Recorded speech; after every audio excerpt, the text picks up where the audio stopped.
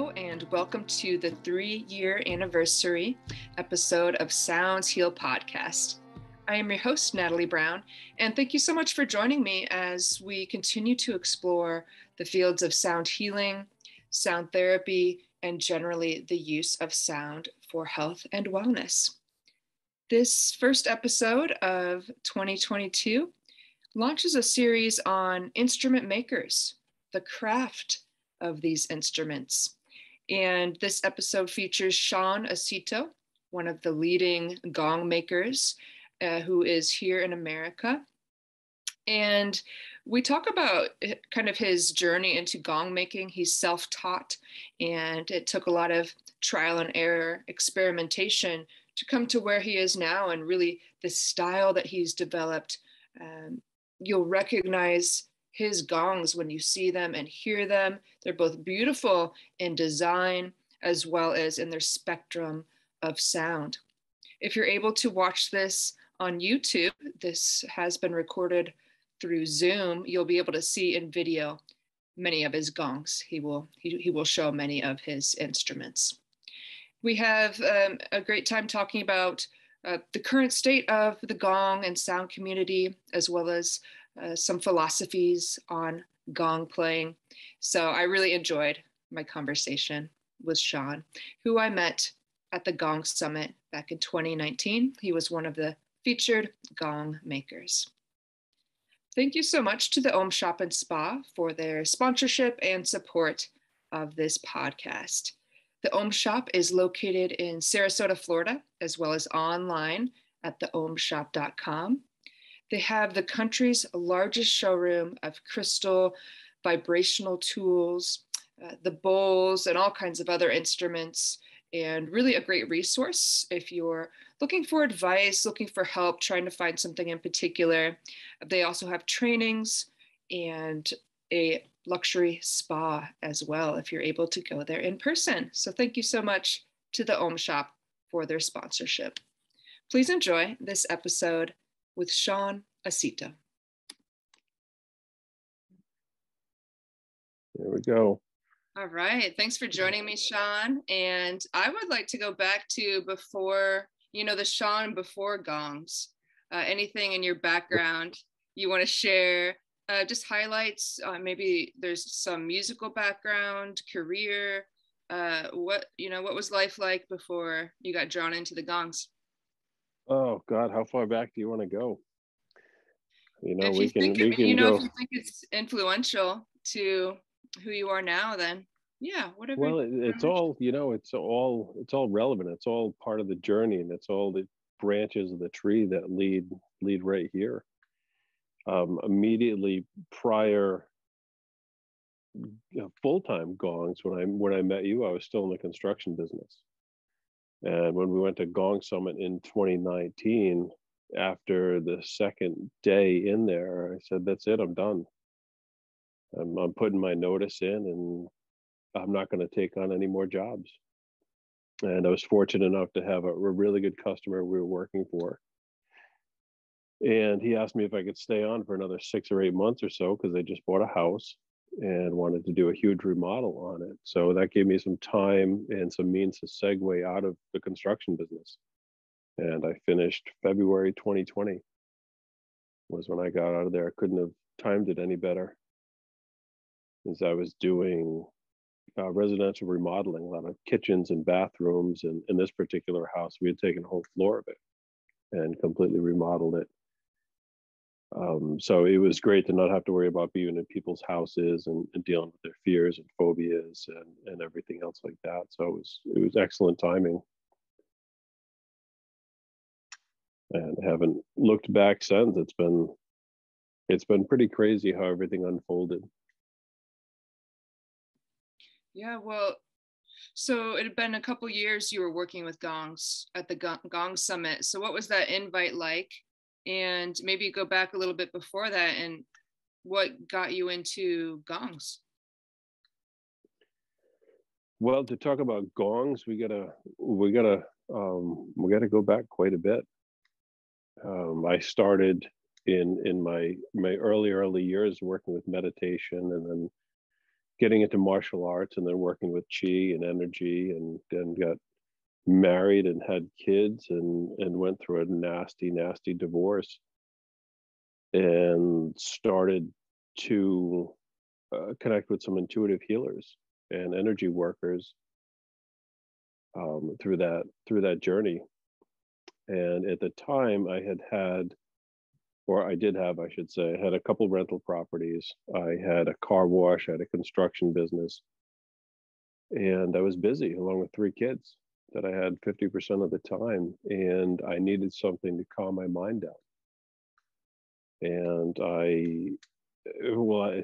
it's ended up finding crystal singing bowls at that point, and went into intuitive healing myself and opened up a practice and had a healing center here in town. Did a lot of that, did a lot of sound meditations, and ultimately hooked up with a woman who played gongs. And she and I started getting together and playing, and I brought the bowls and she brought all her gongs. And really drawn to the gong and the sense of awe. The crystal bowls are nice, they're ethereal. It's a very light, delicate sound at times, and it takes you to a very different place than a gong does. A gong for me was more visceral. It was more deep within my body, deep within my history and DNA that I really could connect with. And that's something I wasn't getting out of the crystal bowls. And in and amongst our playing, she got contacted by a rep from Meinl who was trying to build a brand. And she didn't have any interest in selling, and I'd started selling the crystal bowls at that point. So I connected with her and started selling Meinl. I started selling their line of gongs, and just started looking at them and being a remodeler and a builder. Most of my job was figuring things out. I was figuring out how to do it, how did they do it, why did they do it, can it be done better, how did they hide their mistakes, things like that. And I started looking, and shortly after, I found the work of Michael Milas, who was working with stainless steel, and he was putting out some amazing stuff that sounded really nice. And I said, well, this nickel silver stuff is somewhat difficult to find. I couldn't find it domestically more than 24 inches across. So on my way to work the next day, a truck passed me from a supply house, and I called them up and got a couple sheets of stainless steel and started experimenting with that. And learned a lot really fast, and a whole lot of trial and error, a whole lot of buying materials, buying hammers, and going through that whole process. And when I was invited to Gong Summit, I had been making gongs about 2 years, I believe. So I'm about 4.5 years in now that I've been doing this. And it has been absolutely amazing. And getting invited to Gong Summit was humbling, was not something I felt worthy or deserving of at that time, not thinking that my craft was ready to be perceived in that way. And it's pretty awesome. Yeah, and I can say as an attendee, and anybody that was there remembers walking into that room that had your gongs. It was just like the most exquisite, it was like you're walking into an art gallery of gongs. And I would have never known you were only 2 years into this craft, because I imagine as kind of a self-made gong maker, there was a lot of disasters and mistakes and a lot of probably wasted metal, trying to figure out how you really wanted them to be.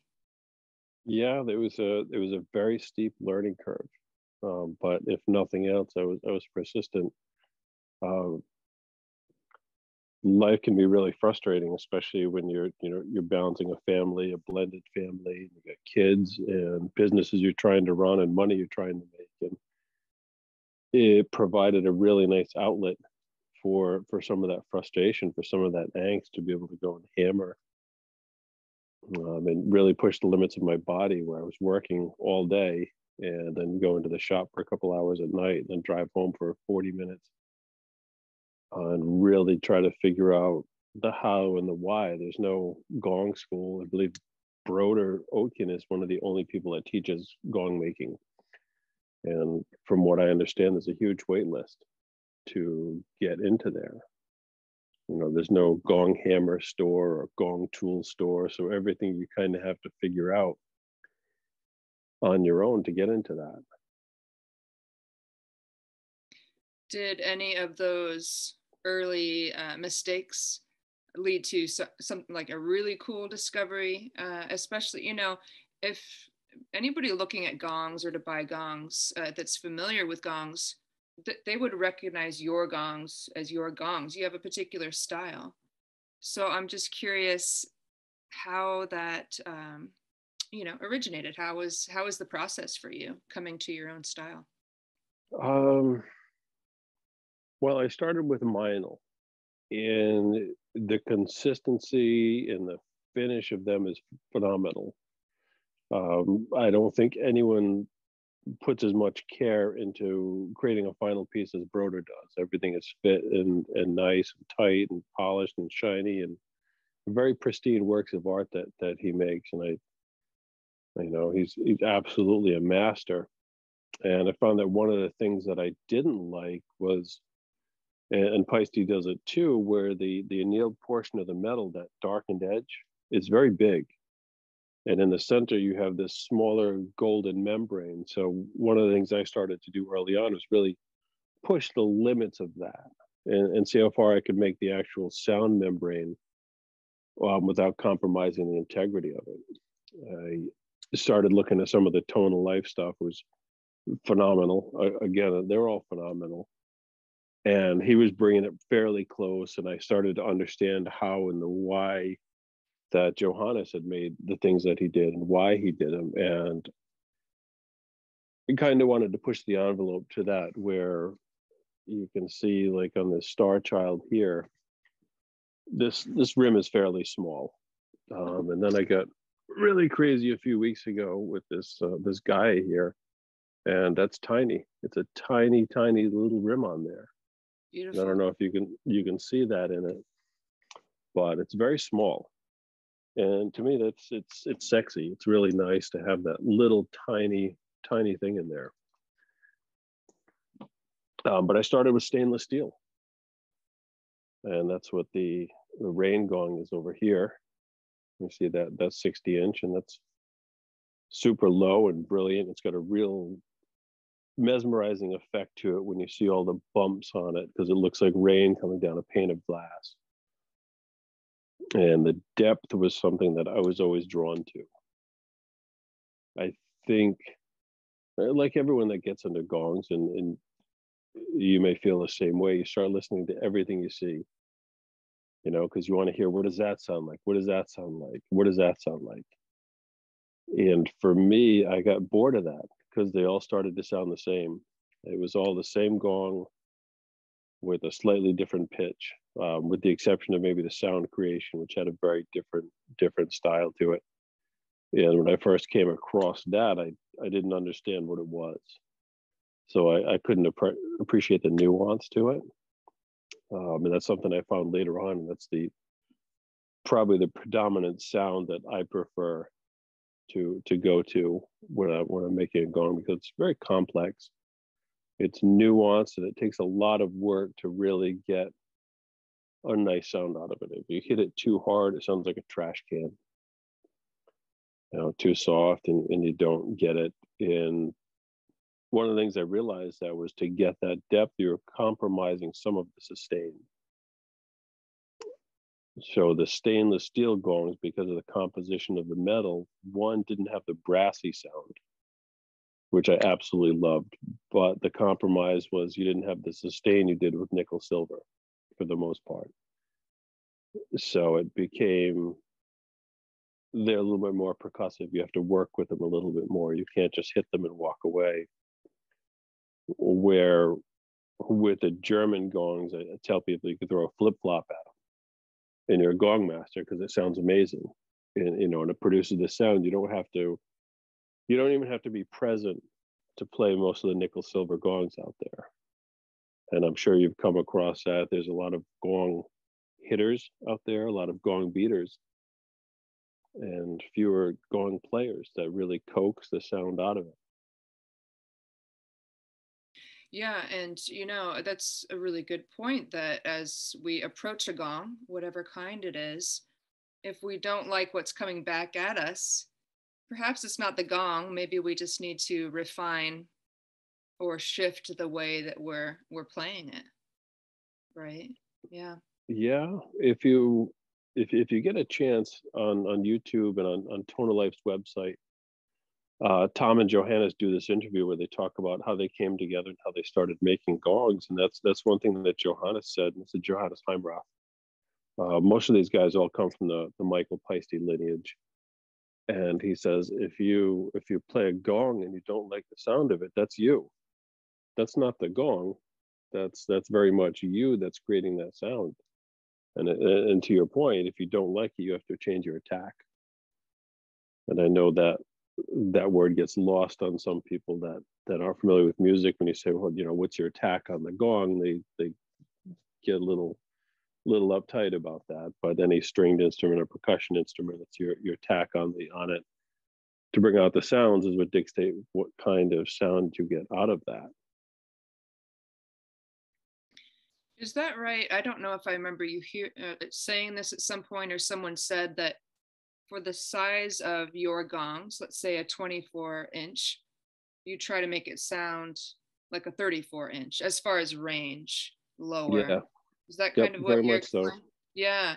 And is that done by how you're working with the metal, or what makes that possible? It's part of the process. It's part of the processing. I noticed that Broder had done something like that with his Oetken. Mobilis is the German word. It's a sol mobilis, and it's meant to have the same pitch as the 38, the classic sun gong, like the 38 Paiste or 38 earth, but to be more portable. I think a large majority of gong players out there are women, and they may not have the physical faculties sometimes to be able to carry a 38 or 40-inch gong around and set it and hang it, because it can be a bear. And that was another draw to the stainless steel, like this 60-inch rain gong right here, that's 40, 50 pounds. So it's very portable, it's very light. I can hang that up by myself. I don't need any help to do that.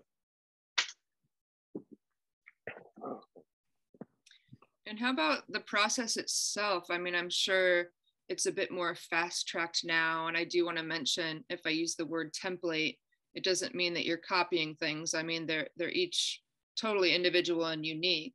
But now you kind of have templates, I imagine, for sizes or imagery. But is that how long are we talking to make a gong? That's the magic question that everyone wants to know. Everyone wants to know that. And there's a lot of factors to it. I can say that I've refined my process. And when you say the word, you're afraid of copying. So ultimately, everyone who's making a Western style gong, meaning a non-Asian style gong, is following in the footsteps of Michael Paiste, who started to really develop this style of gong. And I don't know the story of how he got there, but it kind of came off the bronze gongs or the gamelan gongs, the Indonesian gongs and things like that. So everyone has kind of copied what he did. And a lot of the major manufacturers all came through the Paiste factory originally. Rolf from Gongland worked there. Broder worked there. He was the most recent gong master, Johannes Heimrath. Although he did his own thing, he also worked there at one point. So those are the major German gong makers right now all came out of that tradition. And someone like myself or Ryan Shellady or Matt Nolan all kind of had to figure that out, because again, there's no gong teaching classes that you can just sign up and learn how to do that. But in my learning early on, I started taking notes, which is I think one of my kids once said the difference between science and screwing around is taking notes. That wasn't the word he used, but so I started writing down what I was doing so I could track it, so I could follow it and copy it. And some of the things, for the sake of ease, I did make some templates out of like the Saturn gong, so I can make them the same dimensions. So I can keep the membrane the same size and know kind of what the tuning is going to be. And some of the engraved stuff is very consistent also for that reason. But it can take a day. Technically, you could physically do the work in a day, but they're never done the first day because the metal continues to move and it's stretched. And despite what some people may think, it's a very violent process that brings it here. The edge of this is heated up to the point where the zinc will boil off with a torch, and then you beat the hell out of it for days and stretch it and warp it, and it comes with a temper in it already, so it wants to twist and warp, and half of the time it's shaped like a potato chip, and sometimes you win the fight and sometimes you don't. I've had gongs, I'm working on one now that I may have to walk away from. It's a beautiful 36-inch Metatron gong, and the twist, I can't get out of it. So I may have to run it over with the backhoe. I haven't decided yet. Find another use for it. Lawn ornaments. You could just start. Yeah. Yeah. But I've donated some for that. We have a hemp farm on the property, and some of the guys there will take them and hang them up in their houses or in their gardens or something, keep some of the birds away. Makes it a little less frustrating, I suppose. Well, yeah. No, it just gets it out of your face. It just gets it out of your face, So you're not thinking about it every day. Right. Well, let's talk a little bit about your designs, the imagery. I know you kind of have. Well, I imagine you have special requests, but where did kind of the look of your designs come from, and the kind of icon imagery that you started using? Well, again, to the original conception was not doing what everyone else was doing. I didn't want to remake a 36-inch symphonic gong and have it look the same and sound the same, because there's already several people doing that are exceptionally good at it. So if you want that sound and you want that look, then buy that, because you know exactly what you're going to get. So I wanted to be kind of in my own lane. And now, within the last couple of years, you're seeing a lot of different independent gong makers pop up. At the time, there was only a couple other guys doing it, Ryan Shellady being one, and he did a lot of repoussed work, I think, if I'm pronouncing that right, where he's using, kind of like with this one, he's using the hammer to really give it the design and the shape and some of the sound texture. So I have some friends that have a commercial CNC machine. So we decided to plug some of the sacred geometry into there, because I don't have the patience or the skill set to consistently and do that. Some of the designs, like the Metatron, will take a minute and 15 seconds to engrave the whole thing, where that would take me hours to do, and it wouldn't be perfect and it wouldn't be consistent. So I wanted to have some different options than what was readily available in the market. How about the more, I don't know if you call it spiral, the more spiral type look? How is that done? You like the Cosmos, where it's got like a Milky Way galaxy in the middle of it? Right. That's done with a patina agent, and the design is embossed into it. So that emboss actually has the shiny metal coming through it. and it shines through the darkness of it and makes for a different effect. And one of the things I've noticed, and maybe you have also, is that there are several of us, myself, Madhava, Martin Blaze, and he's actually, Martin's one that didn't come out of the Paiste lineage as far as I know. He's a silversmith by trade. But several of us will at the same time come out with some of the same designs. The Ouroboros, that idea popped into my head, and then Madhava had done it, and then Martin Blaze had done it also. So it's kind of funny when things like that happen.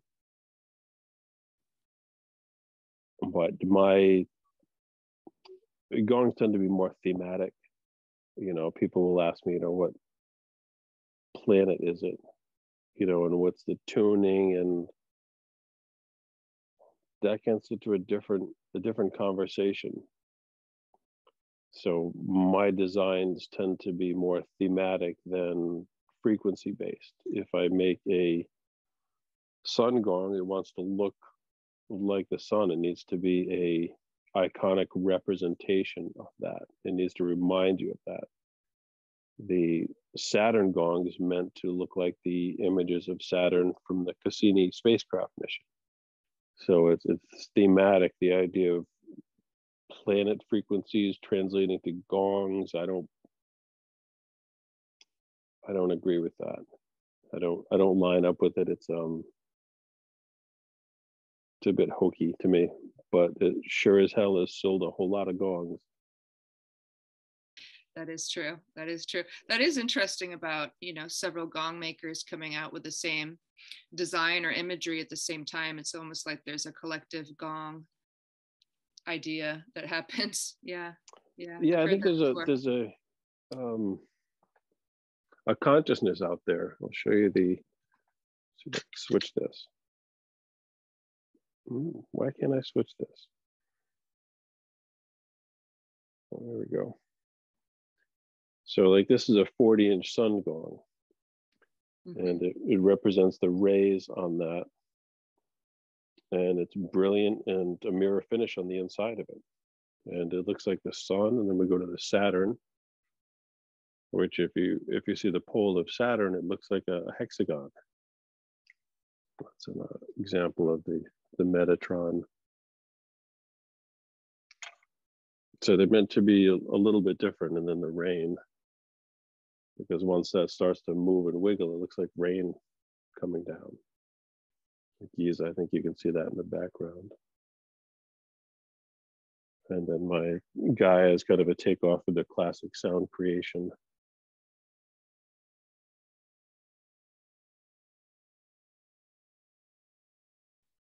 What was the, I just listened to one, it must have been on Facebook, the Old Man one. Oh, well, it's actually El Viejo, and El for Viejo, some reason, Facebook translates. Oh, translated. Yeah. Yep. Because that's what it is. Like this, that's right here on the bottom. Yeah. And I used that in my last journey recording. And to give it that look, I left it outside. Okay. And it took a long time to make it, and let it sit out in the rain and some of the snow, and get oxidized and patinas. And I wasn't as gentle with it as some of the others. So like the hammering marks, you can see the silver metal pops through it. So it gives it a different glinting effect when you see it. And the sound is just outrageous with it. But a lot of it is experimentation. A lot of it is, if I do it and it doesn't work, at least I'll know what I can't do. And then I can go back from there. So it's a lot of time I'll go into the shop and say, I'm going to try this, and be willing to throw it away if it sucks. Are you finding, I'm just curious, in the times that we're in, there could almost be the one side that, well, less people are doing sound meditations, in-person events, but more people are needing the gongs at home for their own meditation and their own purposes. Are you pretty busy consistently through the past couple of years? Yeah, I think the second quarter. The third quarter of 2020 was horrible. So I'd finished this last job, which was a giant $300,000 remodel. And at the end of January, I placed a really, really large material order from Germany. And then 2 or 3 days later, the whole world kind of shut down. And I said, oh shit, what am I going to do? Maybe this will be delayed.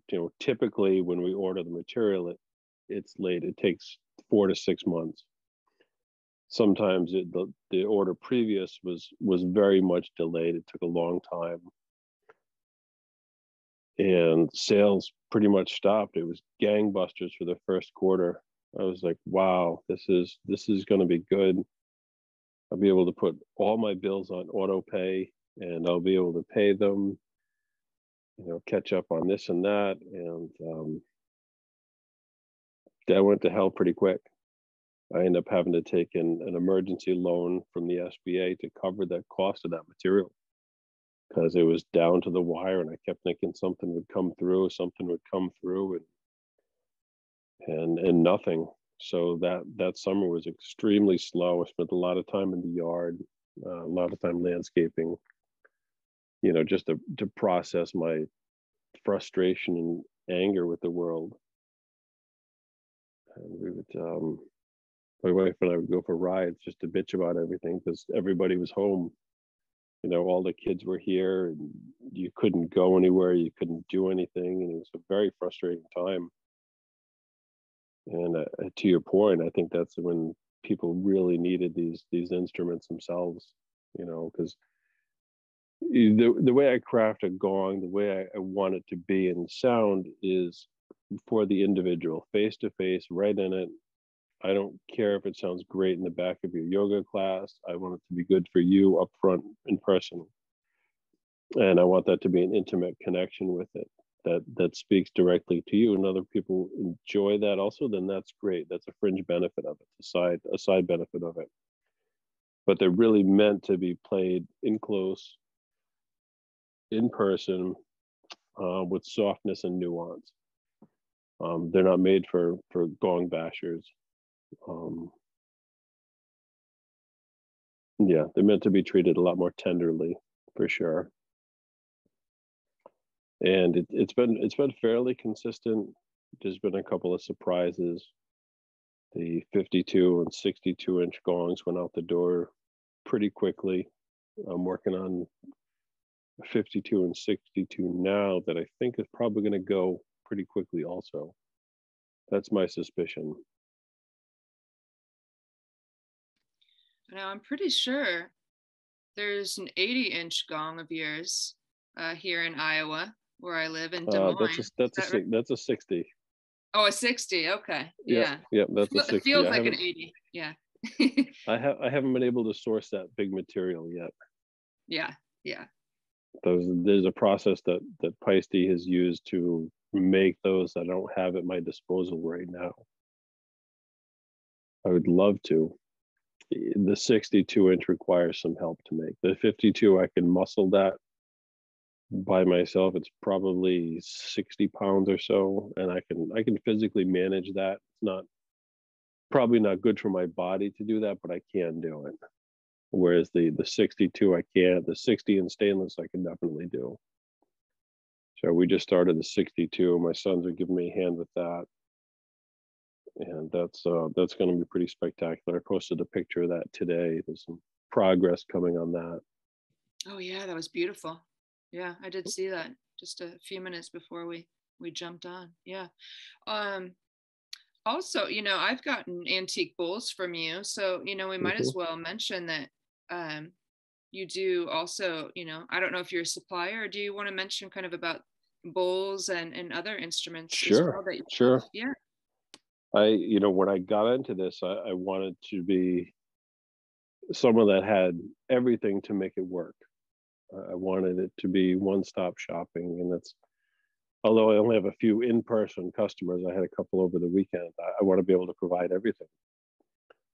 Several years ago, I hooked up with a gentleman from Nepal. I started making candles out of singing bowls, and that didn't do as well as I had hoped. But in the meantime, we made a great connection, good relationship, very dear friend of mine. So I do the Tibetan one, but I think we're all trying to get away from that term Tibetan because that's a misnomer. They were never made in Tibet or for Tibet. They weren't monastery bowls. They weren't used by monks. They were food bowls.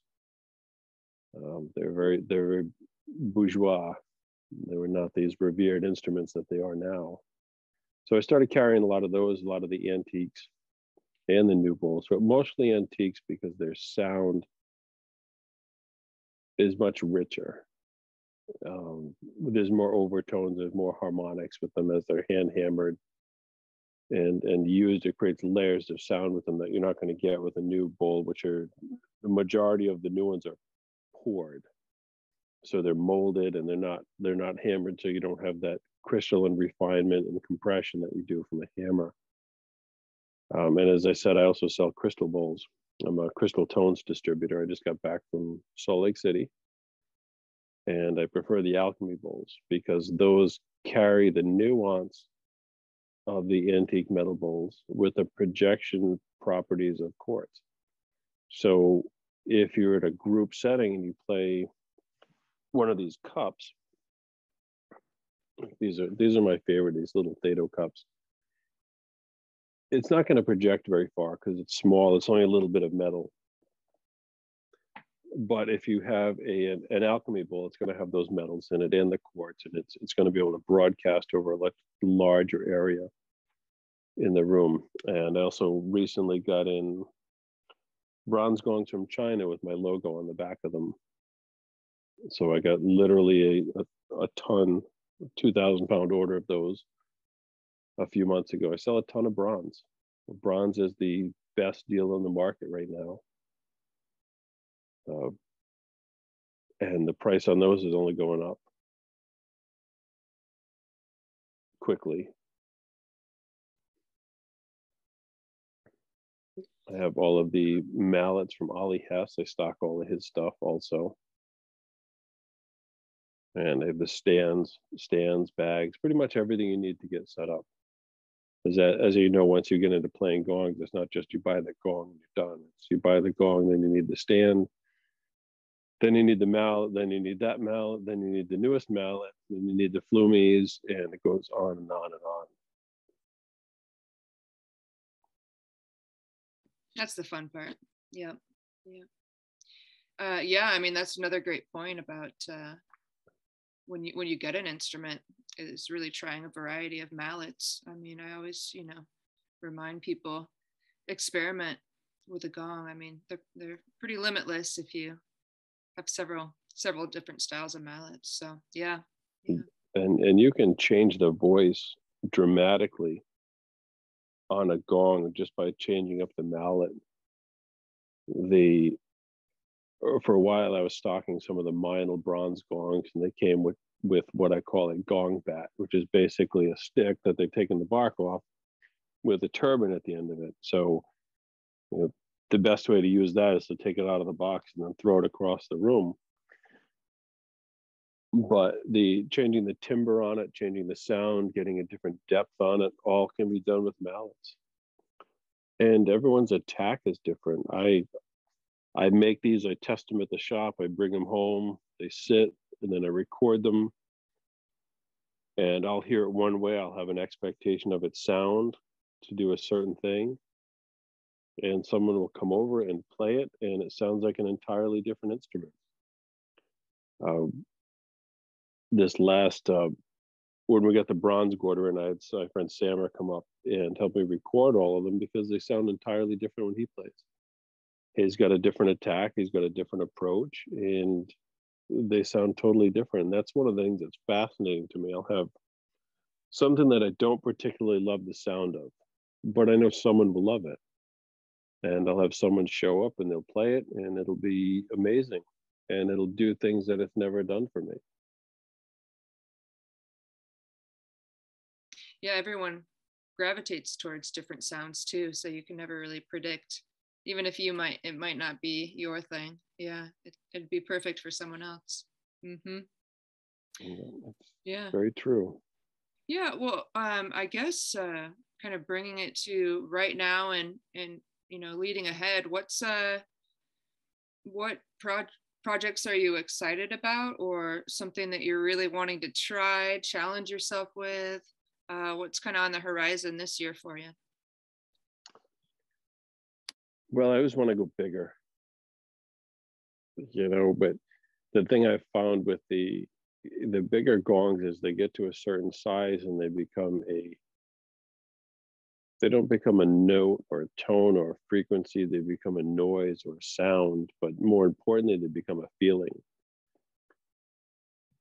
And that sentience of it to me is really, really important. I've taken the time recently to take advantage of what I have for inventory, the wide array of sounds that I can create, especially the big stuff, to make recordings for people to meditate or journey with. I've found that when you're listening to a lot of recordings, either the sound quality isn't good, or I don't enjoy the person's style of playing, or they're throwing way too much stuff in. Some of the produced meditations always have all this extra stuff in them that I don't find helpful at all. It's too much. But if you can play the gong and you can strike it once and you can follow that sound down to nothing, there's something extremely meditative about that. Something captivating and really draws your attention in. So as I make the bigger stuff, because not a lot of people have 62-inch gongs or 52-inch gongs, I take that opportunity to create that music for them. And I think I told you before we started, where I am here is very difficult to record. I give it a highway a quarter-mile away, and there's always police or rescue or someone drag racing or a motorcycle, or the kids are home, or someone's turning the heat on and the washing machine, and it's tough. And then the next level of that is my bones start to crack, all my joints make noise, and that comes through in some of the recordings. I can hear just stuff like that drives me absolutely crazy. So I was trying to find a way around all of that, short of going into a studio and then re-editing all of it. So that's the latest challenge that I'm dealing with. Yeah, there was a bit in there that's actually really good advice for gong players, but I think actually people that are just getting into the gongs, about allowing for space and subtleties. And when we talk about sustain, it's, creating sound with the gong, but allowing it to fully fade into nothing. I mean, that's really where a lot of magic can be. So I think that's important to note. When you were That saying was something some of that these busy kind of meditations, that it's maybe a little bit more space, slow motion. yeah, Yeah. way too busy. That was something that Michael Bettine pointed out in his demonstration, was the arcs of time, where allowing that, I want to do a video, an ode to him, where I just hit the gong and then go leave and come back 5 minutes later with the sandwich and hit it again and sit there and eat the sandwich, just to make that point of listening to it.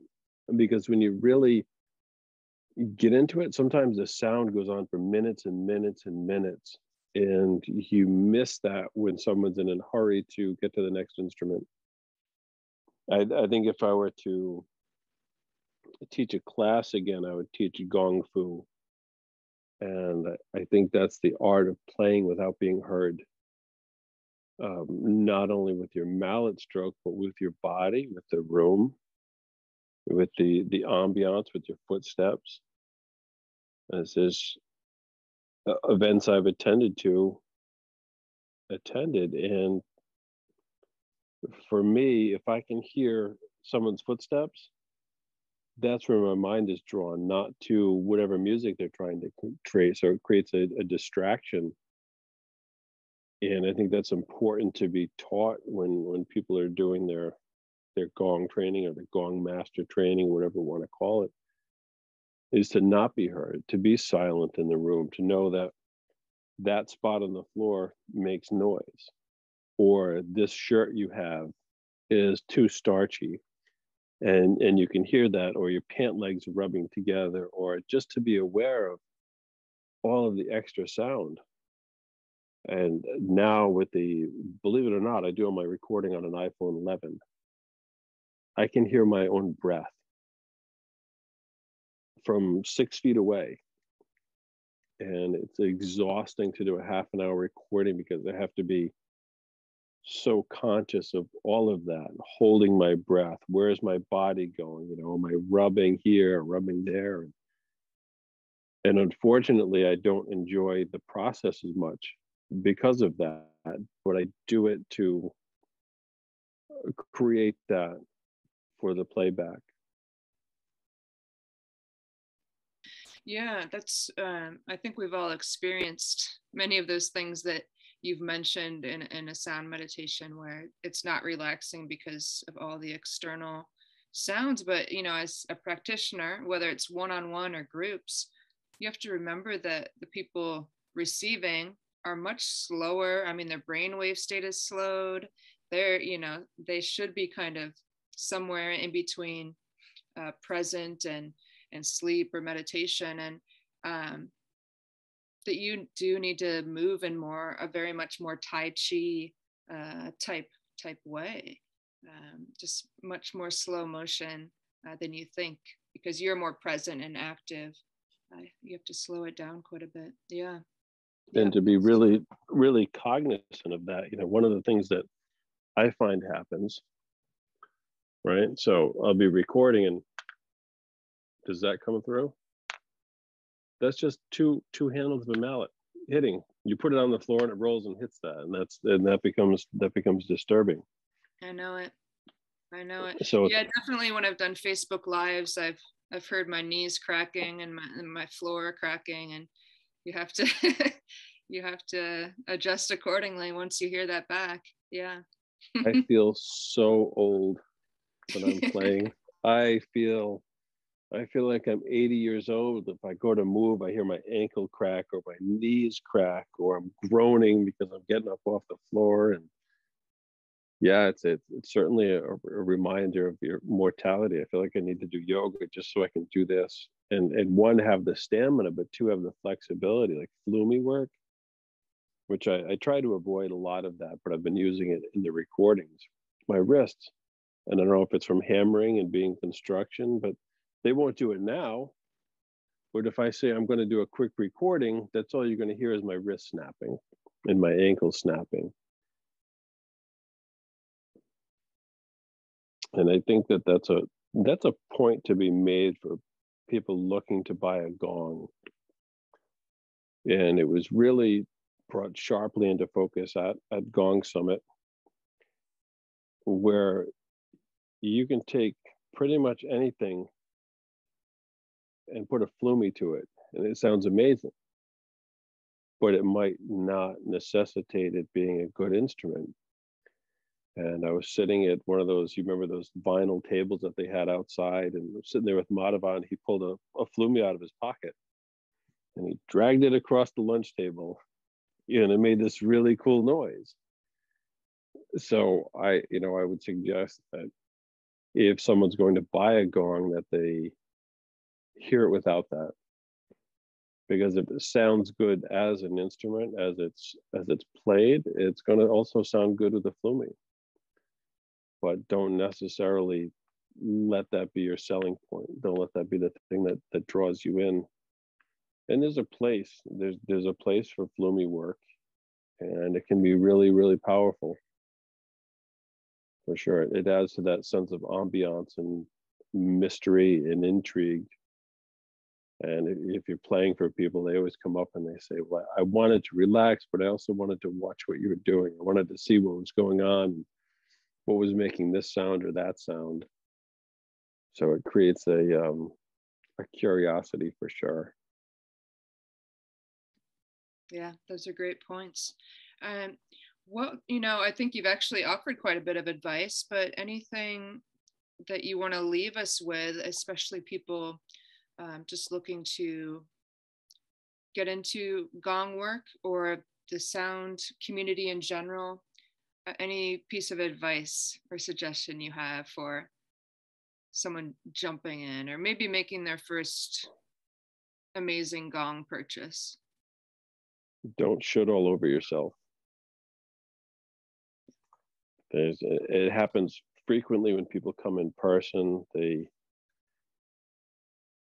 There's gong teachers out there that tell people what they should get and tell them what they have to get, and I have to call bullshit on all of that, because you have to go with what you're drawn to.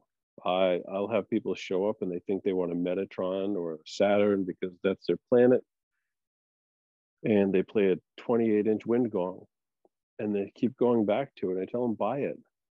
I don't care if you spend 3,000 or 1,000 or 800, but buy something that you absolutely love. Absolutely, don't let anyone tell you what you should get or what you have to get. Whether it's $5,000 or $200, you have to be in a state of awe with that instrument. One of my favorite things that I've done with one of our friends was she wanted to pick out a gong and she was so torn. So I took my setup here with the 3 gongs, and I had her close her eyes and I just kept putting gongs in front of her. And once she found out where she was with the mallet, she played them and that's how she chose. And it was really awesome to see make that connection with it, devoid of all the fancy design work or the colors or what she thinks it should be. It's pure sound that needs to draw you in. And I think I would tell people to get what you want. Don't get what you should. Don't get something because you can afford it at that moment, because you'll be full of regret and you'll end up selling it cheap, losing money to buy something that you really want. So either wait or figure out how to get what you want. Yeah, I think that's a really good point and goes in line with what you said about earlier about not necessarily buying something because it's this frequency which does this. I mean, play thing even with the bowls, play them and how does it make you feel? And do you need that? Does it shift something for you rather than, yeah, that's a great point. Close your eyes. If you can go somewhere in person and try instruments, even better. Yeah. Yeah, that was, and that speaks to the point that one of the reasons I got out of the intuitive healing is people want something done to them. And anyone in a therapeutic setting will tell you that it doesn't work that way. If you're buying a gong or a bowl because it's this chakra and it's going to do something to you, you're wrong. It has to be a feeling. And I got more and more into sound healing because it's very binary. You like it or you don't like it. It doesn't even have to be love. You can like it or you can not like it. It's very, very simple at that point. And it gets really complicated with different designs and frequency and notes and planets and chakras, and it becomes too much. The sound is the sound, and that needs to be the leading factor of it. The planet gongs, like, they make great sounds, but they're not the sounds of the planet. I call them RPM gongs because there's a whole lot of mental gymnastics, in my opinion, that you have to do to arrive at that connection. If you said it was an octave of the Schumann resonance, okay, I get that. That makes sense to me. I can understand that. If a planet has a hum to it and it's in this key, I can understand that. But the other stuff I can't really get to. But at the end, I think it has to be about the sound and the awe that it creates. Absolutely. Yeah. Well, thank you, Shawn. I really appreciate your time and hearing all about your kind of beginnings getting into gong making and all the fun discoveries and the philosophy that you have as well. So I'm going to point people to your website, YouTube, Facebook, and all that. Anything else we should watch out for? Snake oil. Stay away from the snake oil. Yeah. There's a lot of that. Go with the sound. Yeah. Awesome. Thanks a lot, Shawn. Well, thank you. I appreciate it. It's great talking to you. You too. Take care. Bye-bye. Thank you for tuning into this episode of Sounds Heal Podcast, sponsored by the Om Shop and Spa. You can keep up to date with what's coming up next at soundshealstudio.com. Check things out on Facebook at Sounds Heal Studio, and you can listen to all previous podcasts as well as music meditations on the YouTube channel at Sounds Heal Studio.